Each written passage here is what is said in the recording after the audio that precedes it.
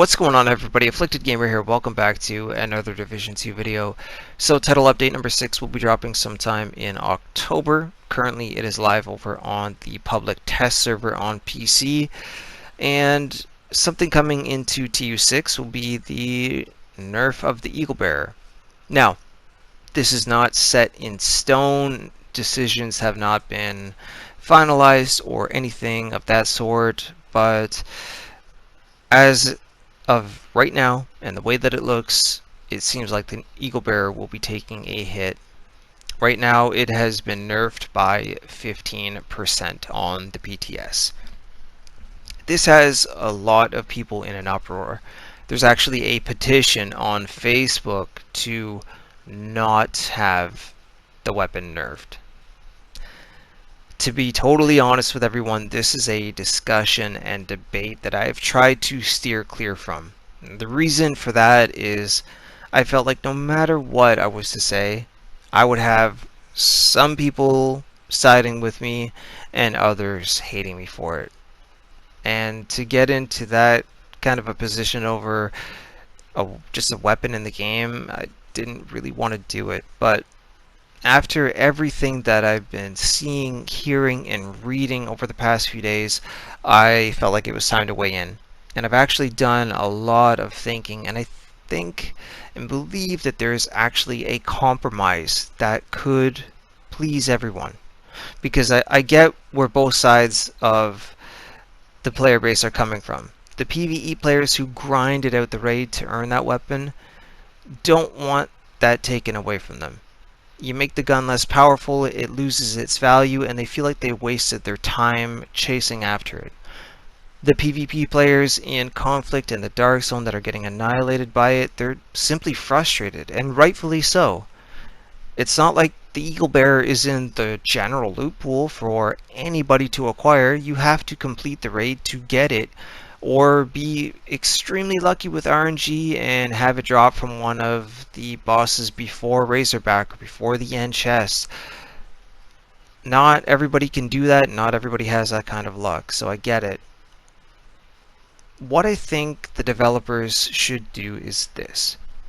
In the Division 1 we had a gear set called Striker. Striker was very powerful in both PvE and PvP.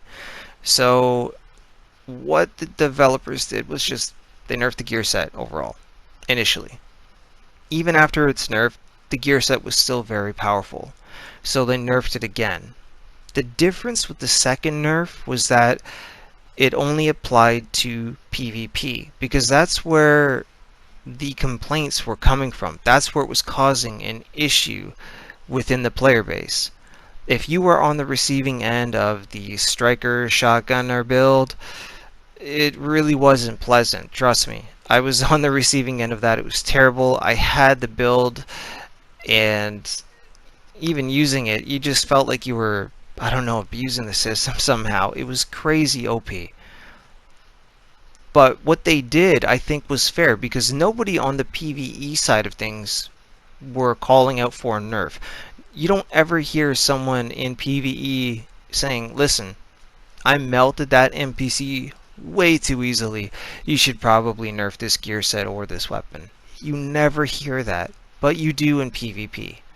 Now, I get where some of these complaints come from. I do. Like I said, Eagle Bearer is locked behind the raid. Not everybody can get it. Not everybody has a fair shot at it. It's not in the general loot pool. So, yeah, you know, some people feel like they are at quite a huge disadvantage. And yes, the gun is very, very strong. But I think if they did what they did in the Division 1 with Striker and applied it here with the Eagle Bearer in the Division 2, I think that that would be a fair compromise. Dial down the Eagle Bearer in PvP. Bring it in alignment with other weapons like the custom P416 so that it has more balance. And the Dark Zone becomes a little bit fairer. But leave it alone for PvE. Nobody wants to feel weak in a game like the Division 2. I know I don't want to go into a heroic mission or the raid or anything of that nature and feel weak. I also don't want to feel like something that I worked really hard to get was simply taken away from me, because then I'm not going to want to do it again. If you do that to players, you take away their want and need to grind for things, because if they're going to be afraid, you're just going to nerf it again, and that they've simply wasted their time. On top of that, exotics need to feel exotic. They need to feel special. There needs to be a reason to equip them into their primary or secondary slot that people are using over a different weapon. If you take those things away from people, they're not going to want to continue to play. They're not going to want to continue to grind. If the Eagle Bearer wasn't in the raid, how many of you would still continue to play it? I mean, I do because I like it, but I know a lot of people, they just wanted to do the raid to get the gun. Some wanted some of the gear sets, but mostly it's the weapon. So, I think that this is a fair compromise for everybody. Dial it down where it's causing the issues, leave it alone where it's not. Until they decide to, maybe one day, throw it into the loot pool with the rest of the exotics, and we get a similar system to the Division 1, where if you did a heroic mission, at the end of it you could get an exotic cache and you had a chance of getting it. But for now, this is my idea. So now I would love to hear from all of you down in the comment section. Do you think that this is a fair compromise with what they can do with the Eagle Bearer come TU6? Do you think that the nerf is actually called for and that the 15% is fair and it just simply should happen?